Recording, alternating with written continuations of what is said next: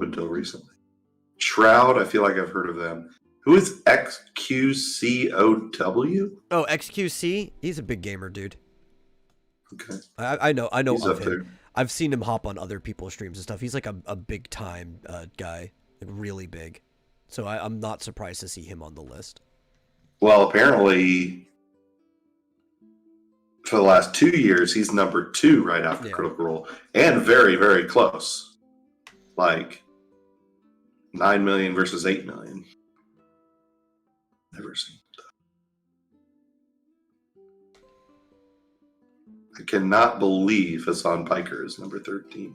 That what I thought was crazy.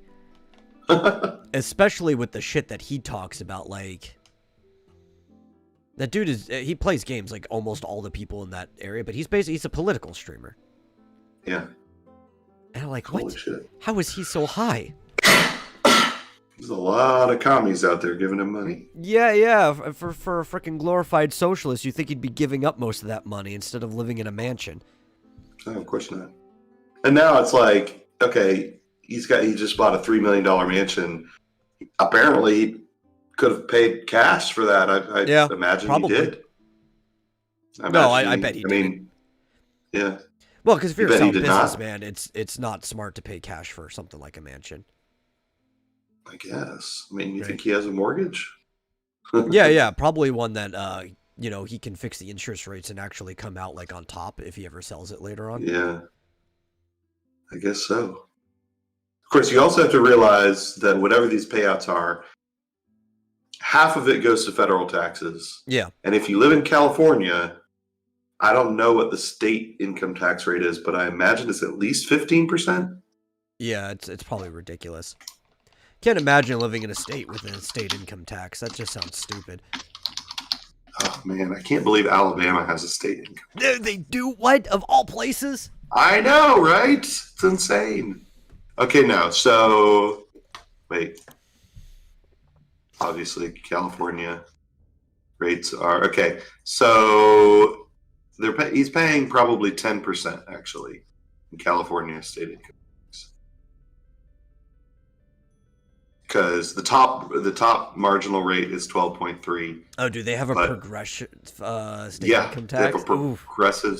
Yeah, starting at $0. Your very first dollar. Yeah. Is taxed at 1%. It's probably because they have a lot of homeless people there, and that's why they have like a $0 rate for people without any income. Yeah. Well, no, I mean from 0 up to 9,000 is 1%. Wow. Like usually, progressive tax rates don't start at $1. Yeah, usually they start at like once you start making somewhere between $2,000 a year or something is like the lowest. And it's like or like the federal 1% rate of 2,000 is like absolutely nothing, Yeah, like the federal rate, I don't think you pay any income tax up to like 15,000 or something. I think it was 11. It might have raised it to 15. Maybe. Yeah. Of course, you do pay payroll tax, and that's what I'm saying. That's what I'm including when I say federal is 50%, because payroll tax is 15%. Mm. If you include both the employer and employee halves. Of course, if you're a Twitch streamer, you pay both. You pay the full 15%. Yeah, that's actually one of the things I hate about it, because here in Texas, there's no payroll tax for, I think, companies under a certain size are protected. I think if you have like under 30 employees or something, neither side has to pay it. What? No. Yeah, payroll tax is not related to the company. Oh, the state covers it. Yeah, I think the state covers it under a certain size here in Texas. Oh, that's interesting. I mean, because Texas is very, very generous to small businesses. Yeah. There is a federal self-employment or whatever they call it, payroll tax starting at your first dollar. Yeah, but I think under like the state just covers. But if the state, that's amazing. Okay, so the top federal rate is 37%, but realistically, at these, you probably pay about 35 plus the 15, so 50%. Yeah, 50% goes to the federal government. That's rough. But anyway. Yeah. Fucking Twitch. Welcome to the Vomitorium Weekday Show for the 6th of October, 2021. As always, I am your host, The Metal, and joining me is my co-host, Marsupial Gamer. How you doing today? Great, how are you? I'm doing just fine. I didn't... yeah, me too, for some reason. I didn't understand how income taxes work until I took an accounting class in college. Oh, yeah. I think that's probably the case for most people in general, because I don't think most people dive into reading about it on their own. Yeah. Well, and then, until you... Actually, I imagine some people still don't understand it even after they pay. Most people go to like H&R Block or whatever, and they have that all just handled. Yeah. See, I didn't get... So with a progressive tax rate, you've got these brackets, right? It starts at 10% for federal income tax, and then 12, 22, up to 37. I assumed if you made the top amount of income, You paid 37%, but that's not the case. You pay the, for the here to here, you pay this percent. But from here to here, you pay this percent. Yeah. From here. That's why the top marginal rate is higher than what you end up actually paying. Yeah, and there's all kinds of like allowances and stuff too, like especially once you're in like the top margin federally. Most of those people have like all of these assets and businesses, and they can get like certain allowance and cuts depending on what they do each year. And it's also why like there's so many people that give to charity. And it's like, well, charity doesn't actually ever save you money, but it does stop you from hitting like the very top end of things. It can. Yeah. Now, if you're self-employed, like these people basically are, you can write off expenses. Yeah. So like, if he buys a brand new, I don't know how awesome of a PC, but you can get a $10,000 or $20,000 PC, very, very top end, and will be basically tax free. So.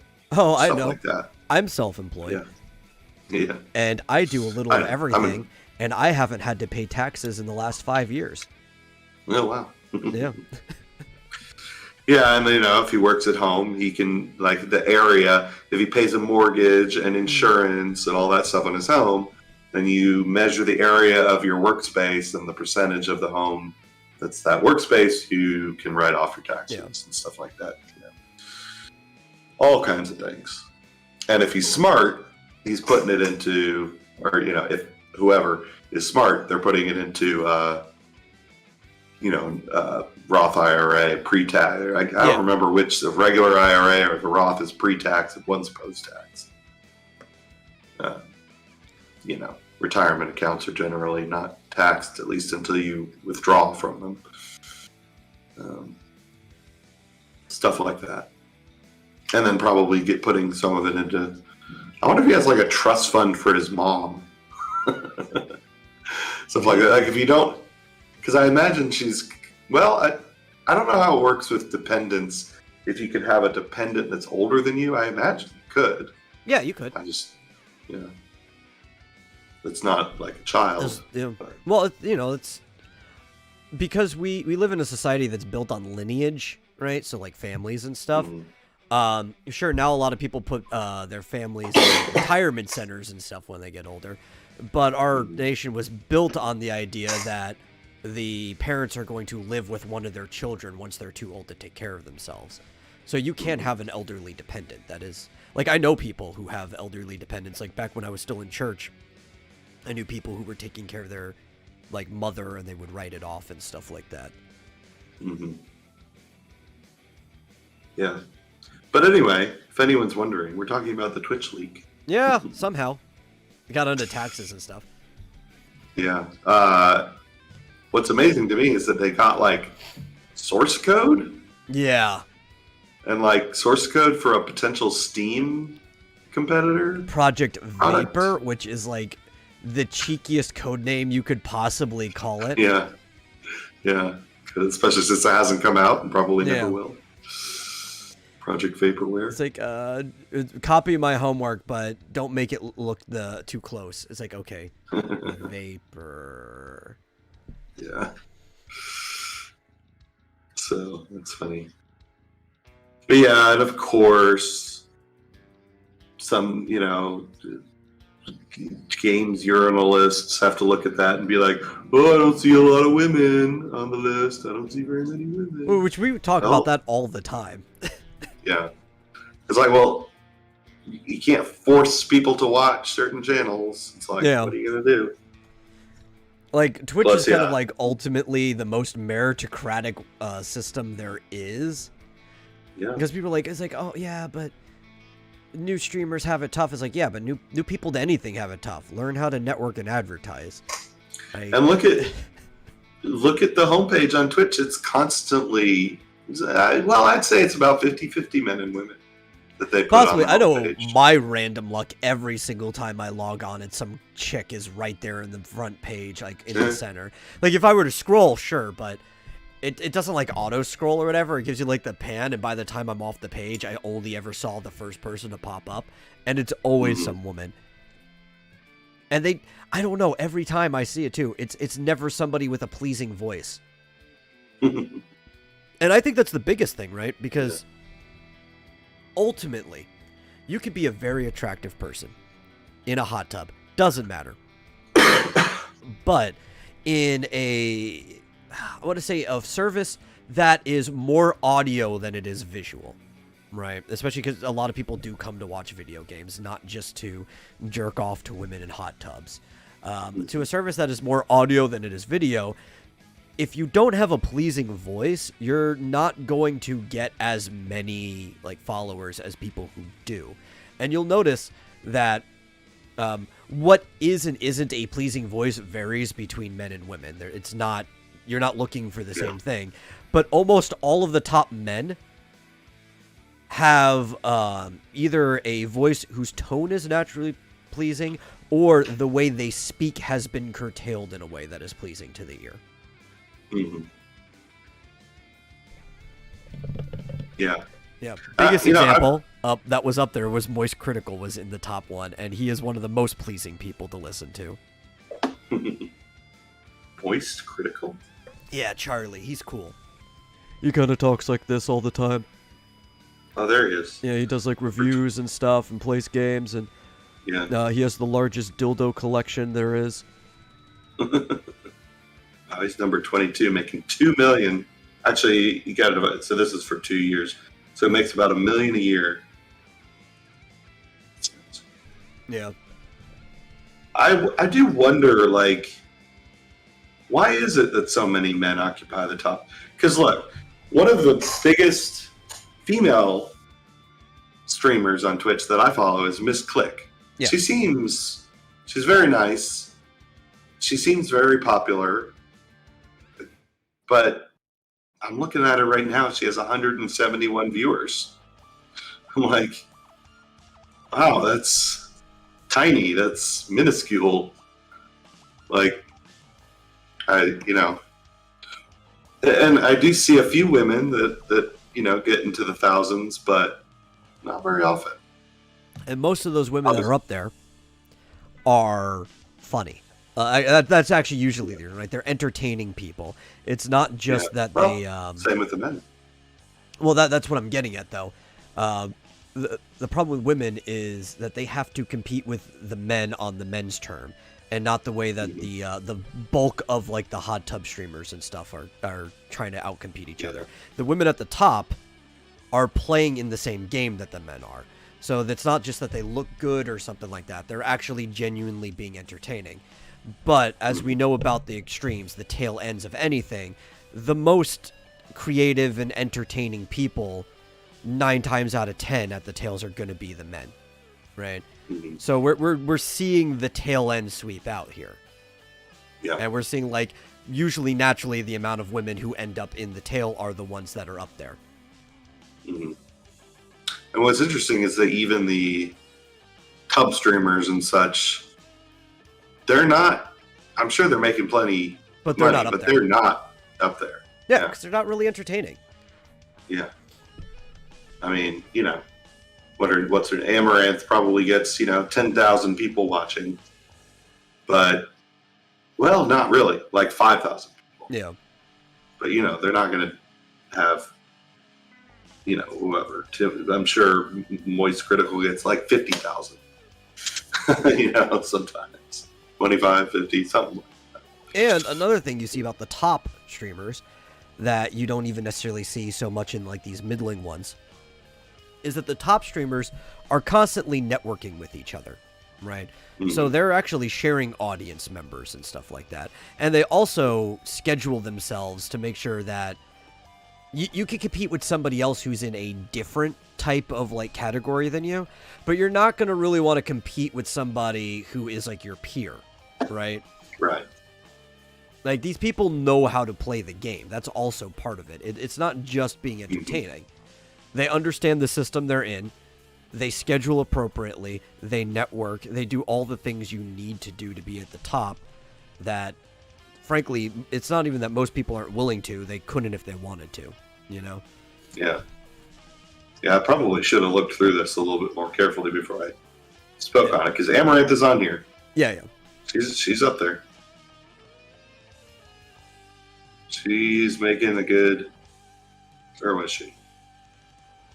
Below Pokimane, I think. Pokimane made 1.5 million in 2 years. Oh yeah, she's at 1.3.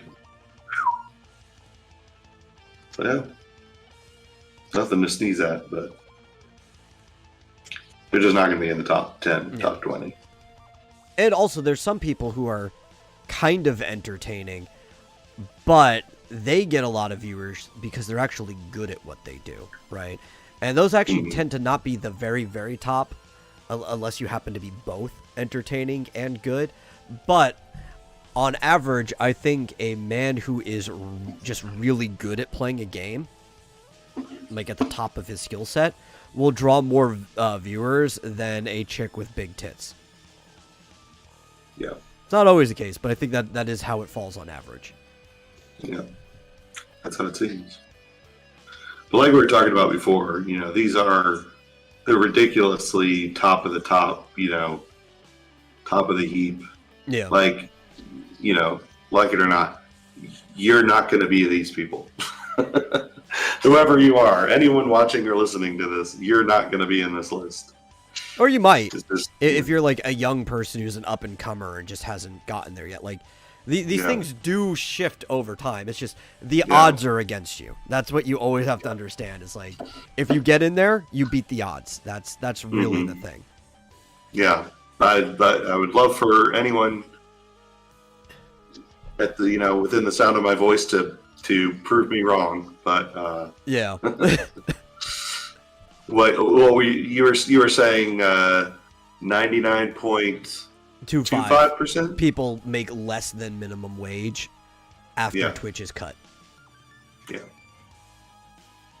Which obviously doesn't bother me because I think that a job also varies where you are, because I believe the person who put this was in California, where minimum wage is $15 an hour. Here in Texas, minimum wage is $7.25 still, which is the federal minimum wage. So I still think it's probably a big number that doesn't even make that, but it's definitely going to be a smaller number than the one that was given for the $15 per hour. Yeah. I think that's our minimum wage too, $7.25. Yeah, that's the minimum wage.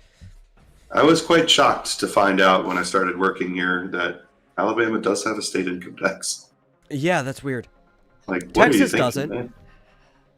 Tennessee doesn't. Yeah. Tennessee's great. It's one of the places I recommend people move to. They're like, hey, you want a place that's kind of similar to Texas, but the weather's nicer? Go to Tennessee. Yeah. They're very, very, very, very good for living, and cost of living is still low and all that good stuff. Yeah, and it's not too far north. Like, Tennessee winters aren't bad. Mm-hmm. It's like, I think on average, although I like Texas, I'm not moving. But if I could pick, I would rather deal with a Tennessee winter than a Texas summer. Mm-hmm. Yeah. It's not, it's no Sunnyvale, but yeah. It is pretty warm most of the time. And no income tax. Oh god, well, I know it's a toss-up. I don't know if I'd rather deal with because I spent a summer in Phoenix once. If I'd rather deal with a Phoenix summer or a Dallas summer, because Dallas summers don't get as hot. We only get up to like 115 or whatever at I think the peak we've ever made it. Usually it's like at the low hundreds if it gets there, but it's humid as fuck, and that's pretty unbearable. While at least when I was in Phoenix, we had like I think 310 degree days, and people were like not sweating about it. But it was a dry heat, so it wasn't that bad. Yeah, because in Phoenix it gets up to 125. Yeah. Insane. Now there is an income tax in Arizona. Yeah, I definitely wouldn't want to be there. Unfortunately, I think it's low. It's not like California, but you know, what do you can do? But Yeah, it doesn't matter if it's a dry heat when it's 125 degrees. It doesn't matter. You go outside, it still feels like an oven. It's insane. Yeah. So, Dude, also, property taxes are really low in Texas too. That's another good thing. yeah. Yeah, I think they are in Tennessee as well. Actually, they've been going up Oh, have they? in Tennessee, unfortunately, as far as I know. But Because I remember a few years ago, I think it was like 2016 when I was looking into it, so it's probably changed a lot since then. But of like the top 10 cheapest cities to live in, or townships or whatever, because most of them were actually cities. You don't want to live in a city. But the top 10 like cheapest places to live in the country, like 5 of them were between Texas and Tennessee. And one of them was actually not too far from where I am. It's like in just north of the Dallas area. mm-hmm. Yeah, now you don't want to live in Davidson County. That's where Nashville is, because ever since they built the goddamn Titans Stadium, the property taxes have gone through the roof because they basically subsidize the Titans with property taxes. Well, I found it funny too, right? So they kind of did that when they were building the new, what's it called? The Cowboy Stadium in Arlington. And you could kind of see the thing. There was some people were protesting it on the fact that their property taxes were going up. And then there were some people who didn't actually care about the property taxes and were protesting it because they just didn't need another damn stadium. And you could tell the difference between the two people because it was usually the older people that had been there for a long time that didn't care about the property taxes. And you remember, oh yeah, Texas has a Homestead Act. If you've owned your property for a long enough time, they can't actually dip and raise your rates up to fund a new stadium or something like that. They just didn't want another eyesore in the city. Yeah. Interesting. Yeah. But yeah, I don't know. This leak had a lot of crazy stuff. What I found was weird is because how the API is integrated and other stuff. Which everybody, if you haven't changed your passwords, I'm going to say you should, because really you should be changing your passwords regularly anyway. Like that's just a good habit to have. Yeah, and make sure you have two-factor authentication. Yeah, dude, I fucking hate two-factor. It's annoying as shit, but it's good for you. Yeah, it's always annoying. But yeah, I've had that on my Twitch account forever, and probably change your Steam key as well. I was about to say the same thing. Stream key. Well, your stream key, but Steam as well. So because the API is connected to a bunch of stuff, apparently this leak, due to how Twitch Prime Gaming is connected to people's Steam accounts, also leached a lot of Steam passwords. So you should probably change your password on Steam. Yeah, there was an additional thing. Let's see if I can find it again. There was a notice that went out. I have two-factor on Steam as well. Yeah, it's same. Trying to remember. But also, I imagine you like your Amazon account, right? I don't know, because I know they're two separate accounts, but I would assume so. At least Amazon Game Studios, which people have accounts for that. But I think that's only game devs that have an Amazon Game Studios account, so they're the only ones that have to worry about that. But Steam was one of the ones on the list that you might want to change your password to because of the way that Twitch has ties to it. Well, no, I meant to say stream key if you're a streamer, because those were apparently included. Yeah, I'm gonna do that after the show because I only got to the computer slightly before it. Mm-hmm. And with between everything, it's like I have to go reset the stream key. Then I have to go and actually add it back into Restream and everything like that, like disconnect, reconnect, and stuff. I'll just wait until the show's over to do that shit. Yeah.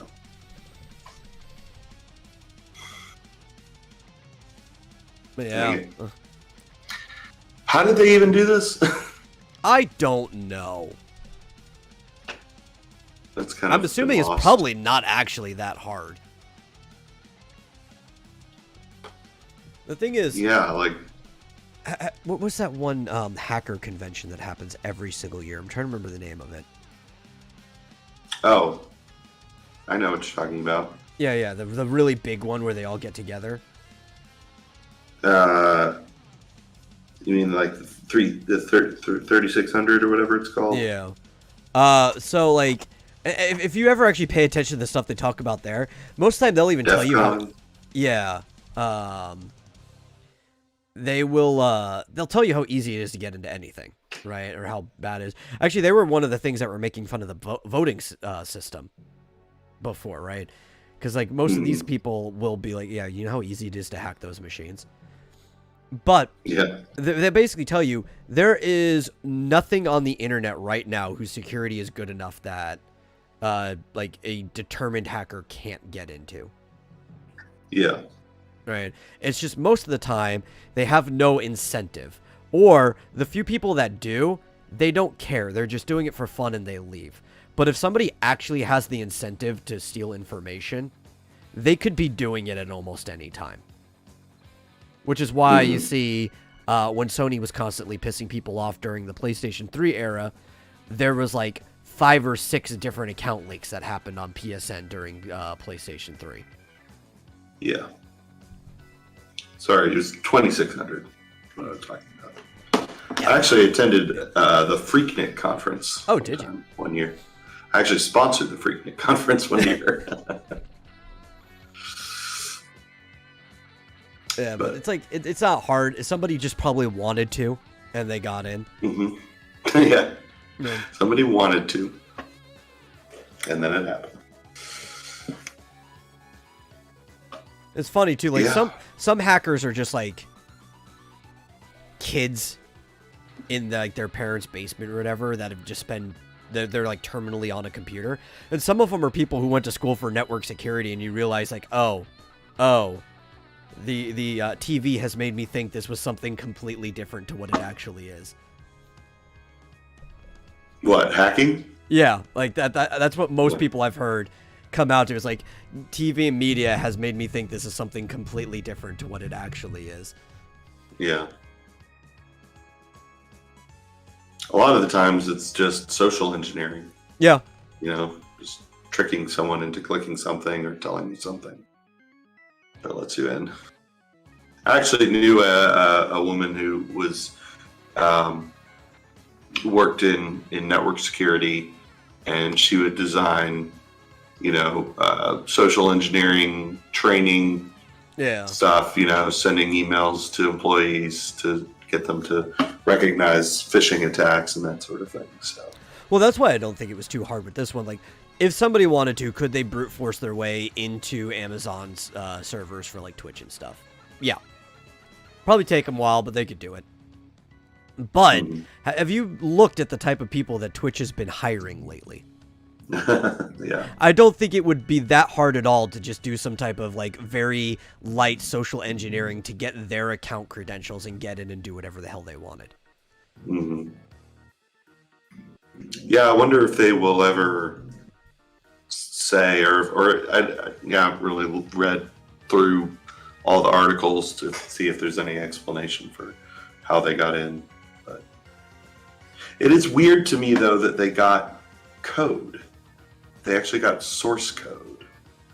Like, they must have gotten into a server to get files. That's really weird. Yeah, you think, like, how many people actually have access to that in the company, right? And you can't get that kind of stuff just by going through a website. Like, you know, this wasn't like a hack of the twitch.tv website, as far as I can tell. No, because the only thing you're going to get out of that is, like, freaking HTML and Java information. That's it. Yeah. Embeds and stuff like that. Yeah. Maybe account credentials. You're not actually going to get source code that way. Yeah. I mean, that's how they get, like, like you said, account credentials. And sometimes really bad places you can get, like, credit card numbers and stuff like that through the website. But this was not. This had to be, like, through a VPN and, like, into their servers. Crazy. Or might not have been a hack. Somebody might have gotten into the building. Because they call it a leak in general. Like, which, I mean, a leak could end up being a hack. I mean, it just means that information was leaked out one way or another. Somebody could have gotten into the actual building. Right? Yeah. Just put a thumb drive in, put everything they want in there. I mean, if you compress the files and how big thumb drives can get now, you could easily fit all of this onto one drive. Mm-hmm. And then just like walk out. Yeah. Yeah, I mean, I have pretty much full access to all the source code at my company. Yeah. I, wouldn't, but I could leak all of that. I mean, I don't think anyone would care. Anyone would be interested in my company. But gotten remote access to the computer of somebody who works at the company too. That's another way that it could have happened. Again, I've got copy of source code on my computer at my company. So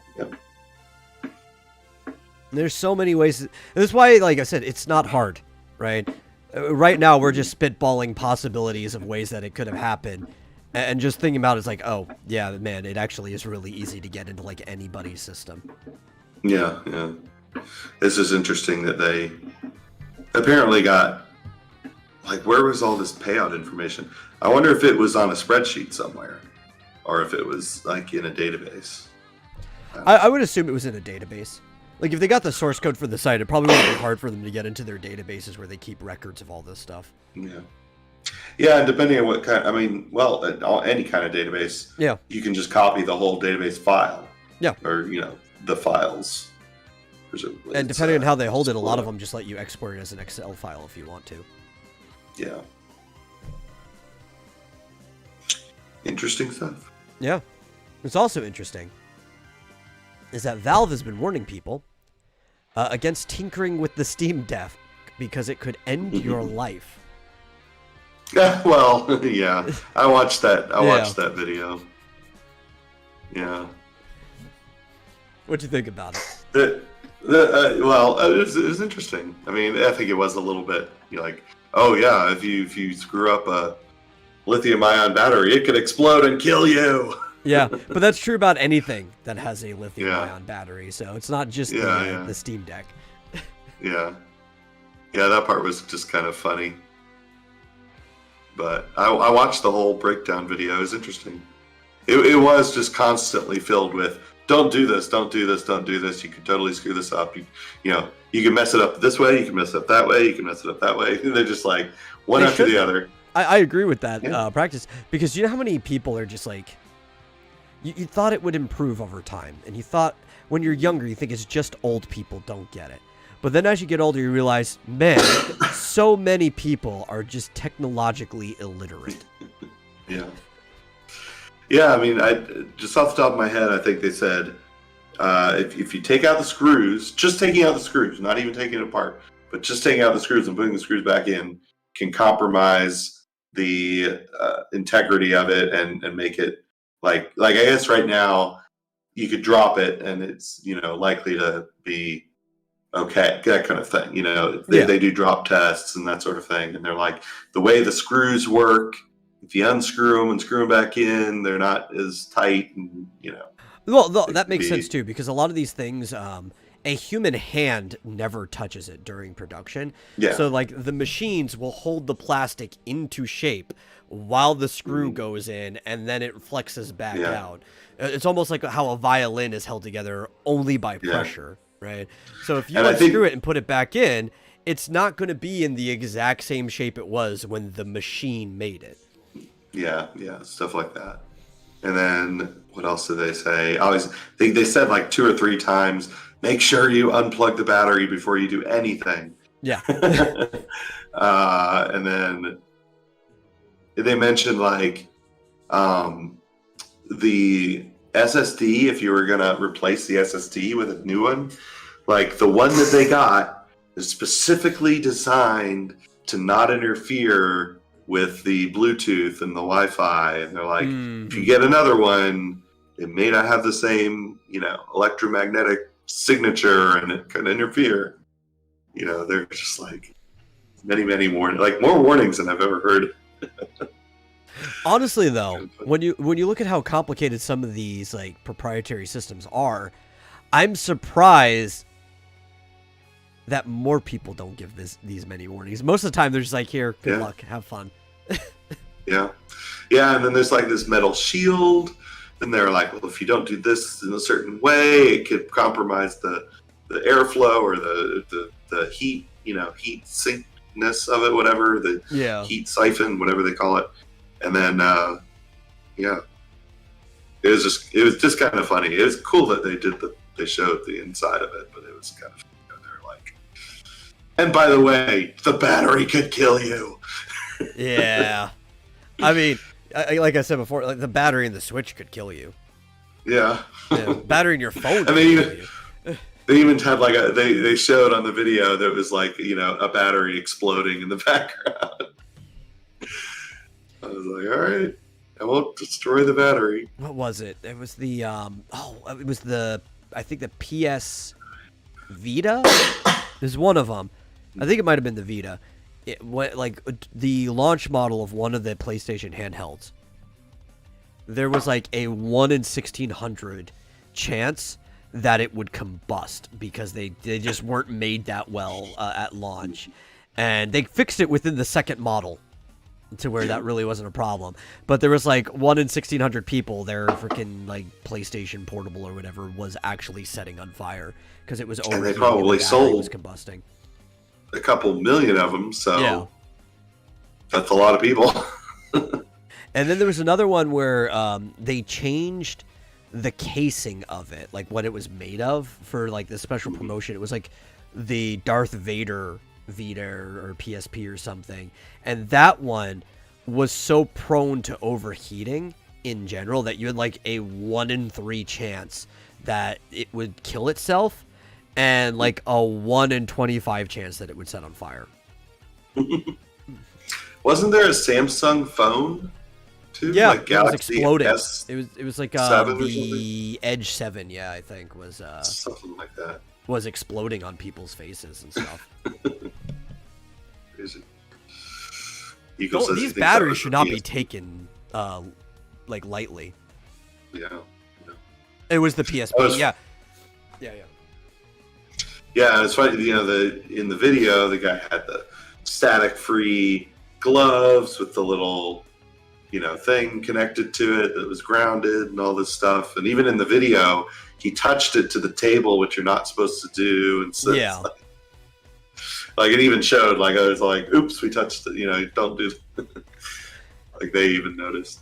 Oh, I know people who are dumb, and like I'll have to go up and they'll ask me like, hey, could you look at my computer or whatever?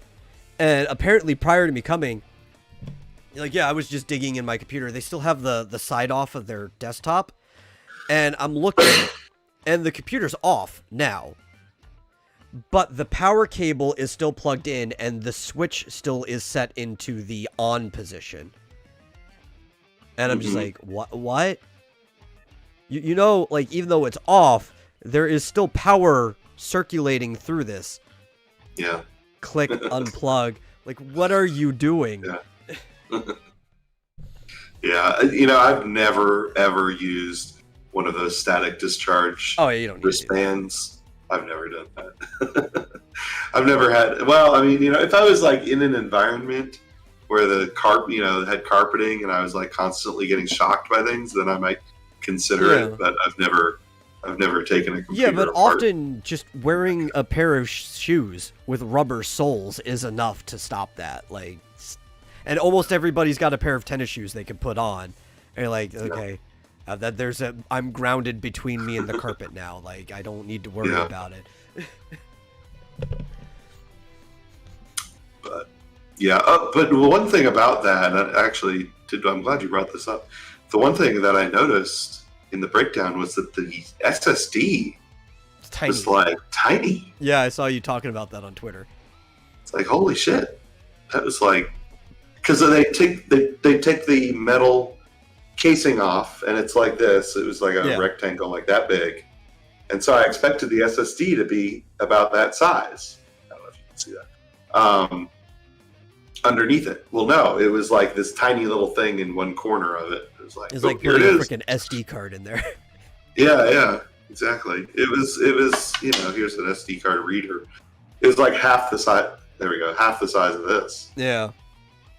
It was like that. It was so small. I mean, all an SSD is flash Just a memory, microchip. right? It's better flash memory.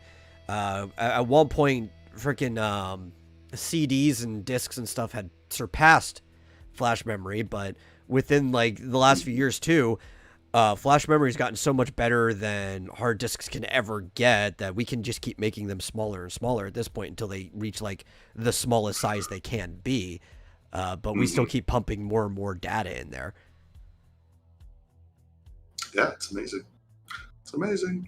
And they're like, you know, it would be better than replacing or upgrading the SSD in the Steam Deck would be just put in an SD card. It's designed to work that way. Yeah. Like it's just as fast, or it is. They didn't say just as fast, but they said it's fast. Well, so it depends, right? If you have any of like the 3 better models, it will be almost as fast. If you have the base model, it will actually load faster off of your SD card than whatever you have on the built-in storage, because it's not the same thing that the other 3 have. Right. But yeah, it was a humorous video, but quite interesting. I thought it was funny, yeah. Lots of different kinds of screws. At least 4 different shaped or types of screws. Yeah, so you want to hear something that was really funny in kind of like a sad way. Did you see the Coca-Cola gaming ad that dropped recently? Oh God, was it bad? Wait, maybe I did. Let me set up the situation. It dropped like what was it, a week ago maybe, and it's just been keep going. I saw it over the weekend, but it was brought back to my attention from looking at an article. You remember that Pepsi ad where it was like was it Kendall Jenner or whatever, and she gave it, it's like, this Pepsi ended racism or whatever, right? Like she gave it to the cop during like the pro. So this was like that, but on a whole different level of worse. So it was kind of like an esports arena with a team there. Only one team. It wasn't even like they were playing against another team. It was them and then like a screen. I'm like, do you guys even understand how this stuff works? But there's like a team of 5 people and they're playing some game. I don't know like what this fictional game was. The models look like they belong to Raid Shadow Legends. It was in like all-out war in like a Warcraft kind of setting, but like the mechanics of this fictional game functioned more like For Honor, the medieval combat game. Like, I don't know. The game looked like it could be fun, but not like esports or anything like that, right? And in the middle of this guy getting... Yeah, you can if you want, sure. In the middle of this guy getting beat down or whatever, there's almost like this reference to Gladiator. And I'm like, is this a reference to Gladiator? And then like seconds later, you start hearing the song. Because like it was like when he saw his family in the Elysian field or whatever. And you actually hear the song from Gladiator. Like, oh yes, this is a reference to Gladiator for some reason. And he like drinks a Coke and world peace is achieved from this game.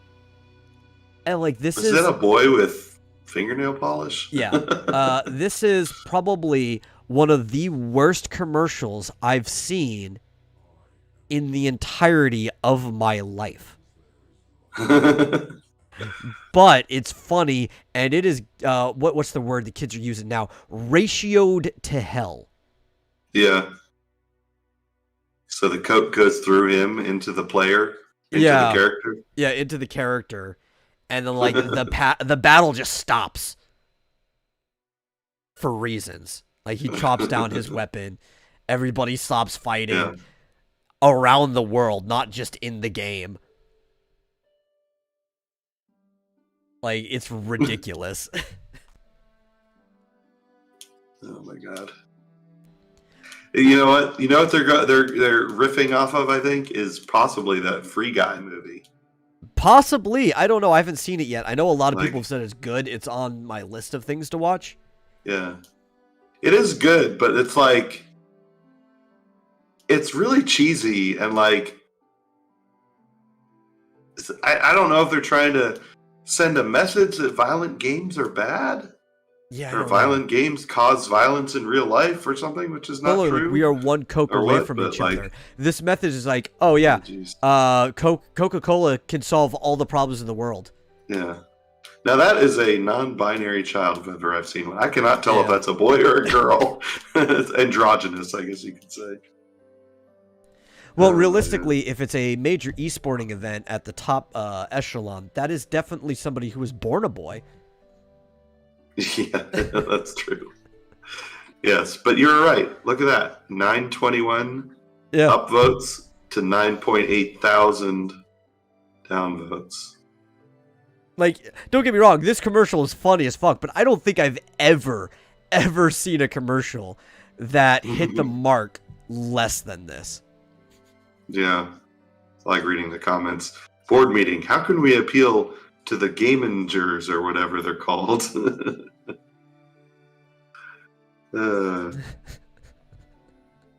So he's in the middle of esport tournament, right? And then he drinks cola and befriend his competitor. Sounds like a freaking, like, anime plot almost. This is enriched weapons grade cringe. I will win this tournament through the power of friendship. That's right. One of the worst commercials I've ever seen. Most out of touch, borderline insane political cartoon I've seen in a long time. Yeah. Like, God, How do you what do, goes through fellow the kid? mind of these people who make this shit? Oh my gosh. Yeah, it's like Raid Shadow Legends and World of Warcraft Battle for Azeroth cinematic. Had a baby. Yeah. With, like, For Honor gameplay. Oh, crazy. Now, wait a minute. It showed something at the very beginning. I thought I saw before that. Oh, maybe I was imagining it. Somewhere. Immortal Chaos.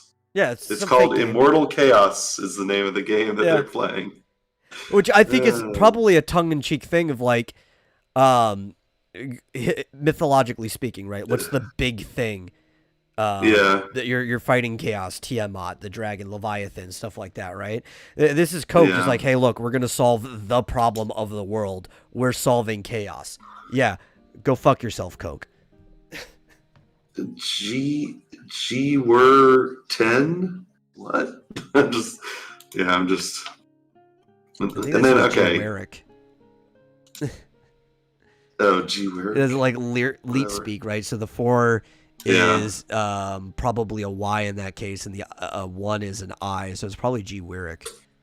Yeah, I couldn't tell if that was a C or an O. Yeah. G Wario maybe? Oh, I hope not. Warrior? G Warrior? Could be another R. At the Oh, end. G Warrior. That's Yeah, what yeah. it. I bet that's what it is. Yeah. 4 could be an A. I've seen 4 used for A. Weirdly wearing. Yeah.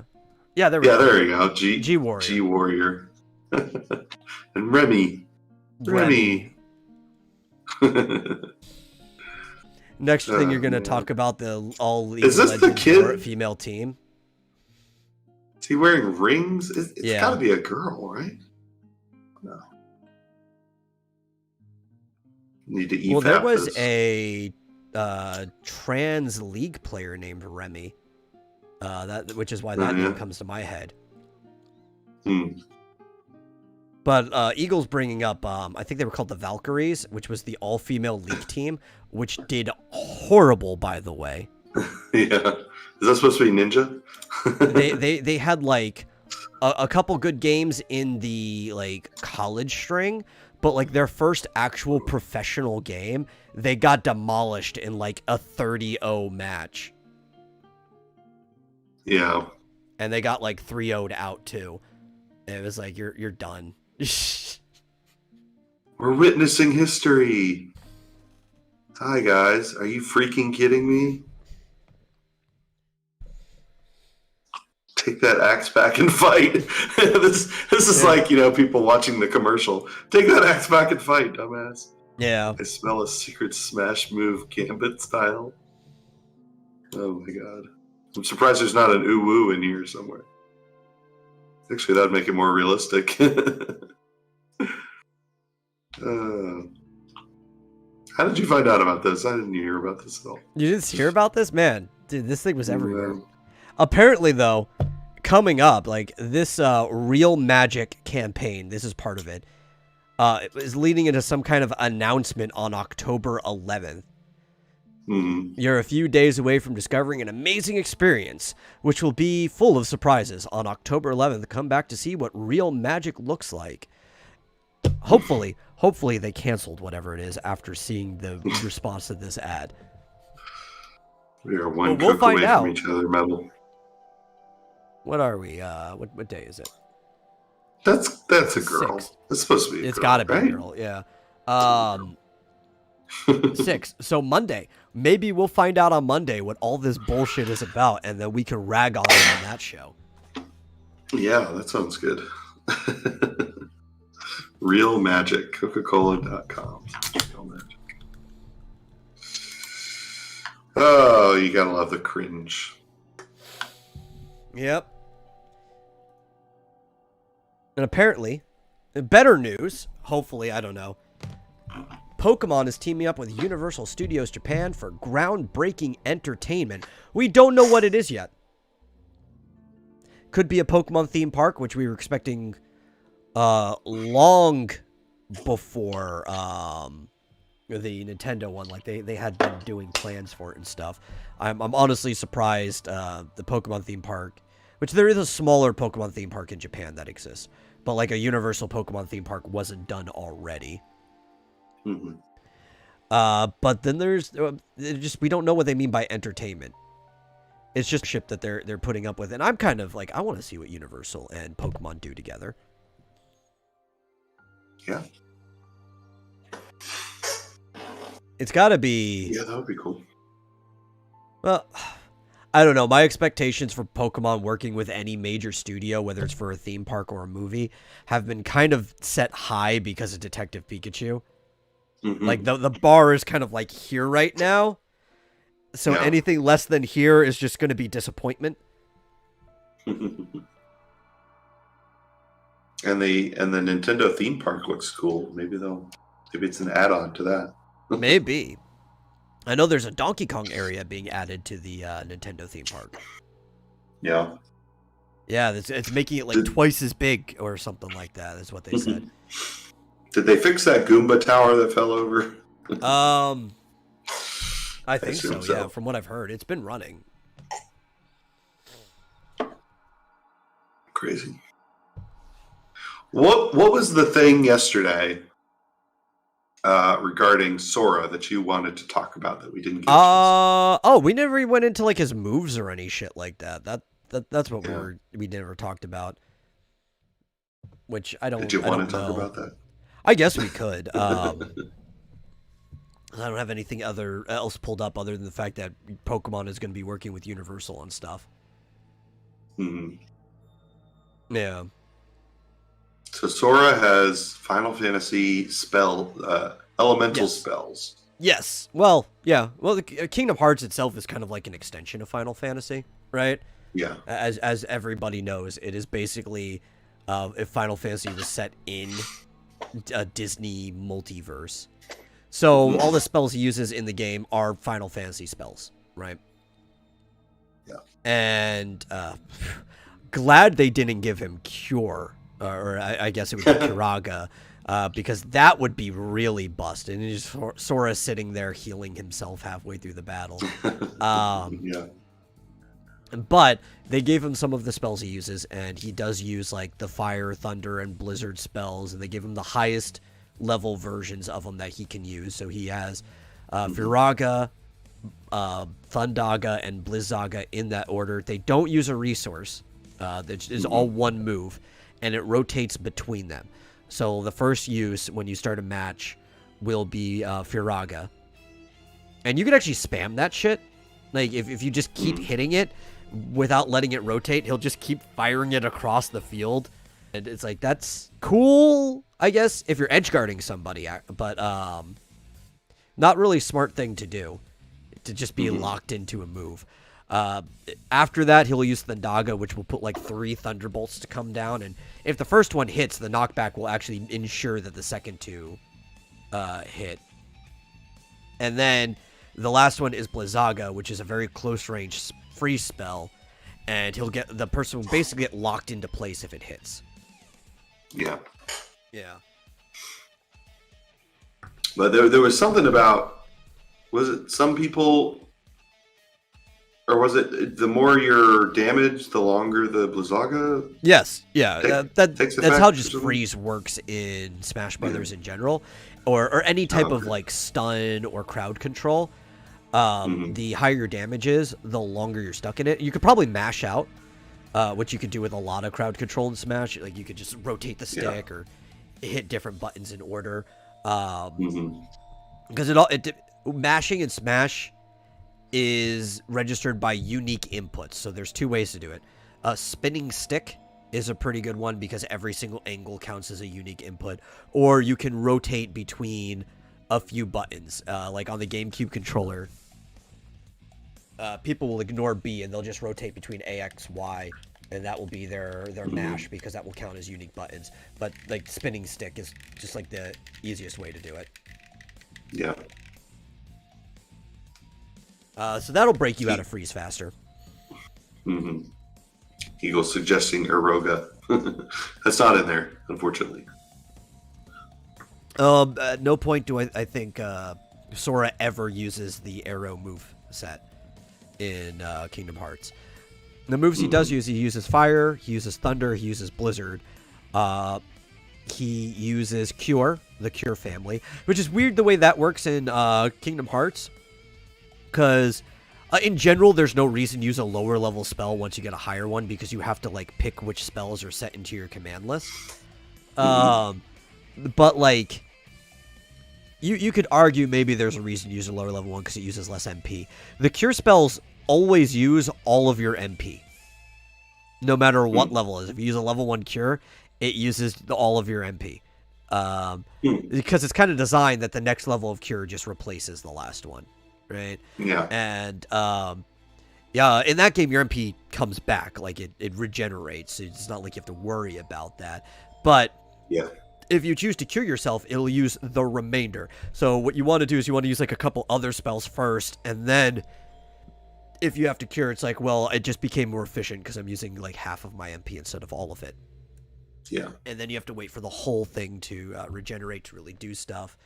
The cure is stupid. But it's necessary. Well, especially the solo stuff. So I've never had a problem with Donald healing me, but a lot of people have always complained that Donald doesn't heal them. So you need to cure yourself. Yeah. And so they didn't give him that. They also didn't give him Magnet, which is an ability that you get as well. Magnet's pretty useful because of drawing orbs and stuff around you. And also, you can draw attacks to you off of your partners with it. Or the other one, Reflect. I think those are the only 6 spells he learns off the top of my head. Which Reflect and Magnet go very good together. Because if you put Reflect out while you're pulling in projectiles, it'll bounce off. Eagle says Donald never heals him. He always heals Goofy. Well, you know, it happens, I guess. But yeah, so all that's just one move for Sora in the game. Just one move. Everything else, he's got like all of his weird combos and stuff. So Sora can combo people in the air with like his basic, just like jab or whatever, like his neutral air. You jump up and you can actually hit people like he does in the game. Which is a very unique aspect to him. But that makes sense because that's literally how Sora plays. You can just knock somebody up into the air, and then you can start, like, comboing them. I'm really surprised they didn't give him his aerial recovery, but that might have been a little too broken. Because in the game, one of the earliest things you can unlock, and I make sure it's always on, even if I have to sacrifice something else because I just don't have enough AP. To put it on as well. You can, when you get launched backwards, you can hit the jump button in midair. And Sora will do a flip. And it will not only stop his momentum, but it will also recover a tiny bit of his health. like a comeback thing, and that would be broken in Smash, right? Because if he had like maybe the dodge button or whatever, let him do that. Not only would he be able to stop people from launching him at a certain point, but then he would also be recovering percentage, and that was like, well, that would just defeat the purpose of the game, and that would make him too bad. So, I'm sad he doesn't have aerial recovery in some way. Maybe they could have made it like Bayonetta's what's the frickin' called? Witch Twist? Not to be confused with Witch Time. No, Witch Twist is the up. She's got one of her things, her dodge lets her become butterflies and stuff, and it actually gives her like a perfect recovery if she lands it at the right time, right? If they gave him something like that for aerial recovery, that'd be cool. Like something you couldn't just use all the time. But they didn't. Yeah, doesn't he have a thing where he looked like he was zooming through the air and yeah. So that's Sonic Dive, which is one of his moves that he uses that lets him drive through enemies like with a lunge. And this one lets him lock on, which he can do in the game. So it's kind of like Bayonetta side B, but if there was like a homing aspect to it. So you could just keep Sonic diving people a couple times in a row and then do something to follow up. And it kind of works like Pikachu's up B. No, he can't use any summons. Like Pikachu's up B, where he can do it twice if he does it in different directions. So that's cool. But that also means that, I said yesterday, the Bayonetta Smash 4 combo, where it's down throw into up air, into side B, into side B, into up B, and then the person's just dead through the ceiling. Yeah. But that was really all I think I wanted to talk about with Sora, because we didn't cover any of his moves really yesterday. Those are the like really important things. And the fact that he jumps high as hell. Like, fuck. That guy, I think he has the highest jump out of any character aside from, what's it called? Shulk, if he's got the jump Monado on. I think that's the only person who has a higher jump than him. No, well, you cannot summon all the Disney park attractions. Yeah. He's light as fuck, too. Like, he's lighter than Isabelle. Not that I think that's really a disadvantage for him, because he's a thin character. So one of the problems with Cloud, people are like, Cloud's a tall character. Yeah, but you're not going to hit him half the time, because he narrows his profile out as he flips and stuff. And Sora is shorter than Cloud, but he's also like almost as thin as him, aside from those big clunky shoes of his. So like you're probably not going to hit Sora half the time, because all of his like aerial hitboxes or hurt boxes are moving all the time. He's like spinning around and stuff, doing flips, and there'll be times where he's like narrow like a plank and you'll just miss him. So that's gonna work in his favor. It doesn't matter that he's that light. Yeah. It looks like a cool character. I'll be interested to watch people play with it. I have to wait. That's my problem, because it's not to the 18th, and I was pissed off. Because you know what yesterday was? No. It was exactly 13 days before the 18th, which I mentioned yesterday. That's an important number in Kingdom Hearts. I'm like, you son of a bitch. You decided to announce it now specifically for a joke, and you're making me wait, because usually it's like 5 days before it comes out. You're making me wait like an additional 8 fucking days just for your haha Kingdom Hearts 13 joke. Yeah. We'll not be getting a Night Goofy. That was the last character to be added. Yeah. No more. No. Unless Nintendo changes their mind. But no more. No more characters for you. Next. You'll come back 1 year. Exactly. I see somebody's already playing Nickelodeon All-Stars Brawl. Yeah. On Twitch. Hungry Box was playing it on the 4th, and I got to see quite a few characters get played, and we'll have to, I don't know, maybe I'll do a breakdown of that game next time, because some of those characters looked really fun and really stupid. So thanks for watching the show. That's the end of it. Sorry, 905. If you enjoy the show, please share it with somebody else you might like. And if you really enjoy the show, consider giving a donation to streamlabs.com/vomitorium live, where none of these organizations take almost any cut from it other than like PayPal's 5 cents on the dollar, which is reasonable. And it helps support us by paying for the hosting fees of the podcast and stuff like that. We'll see you guys in the next episode. Bye.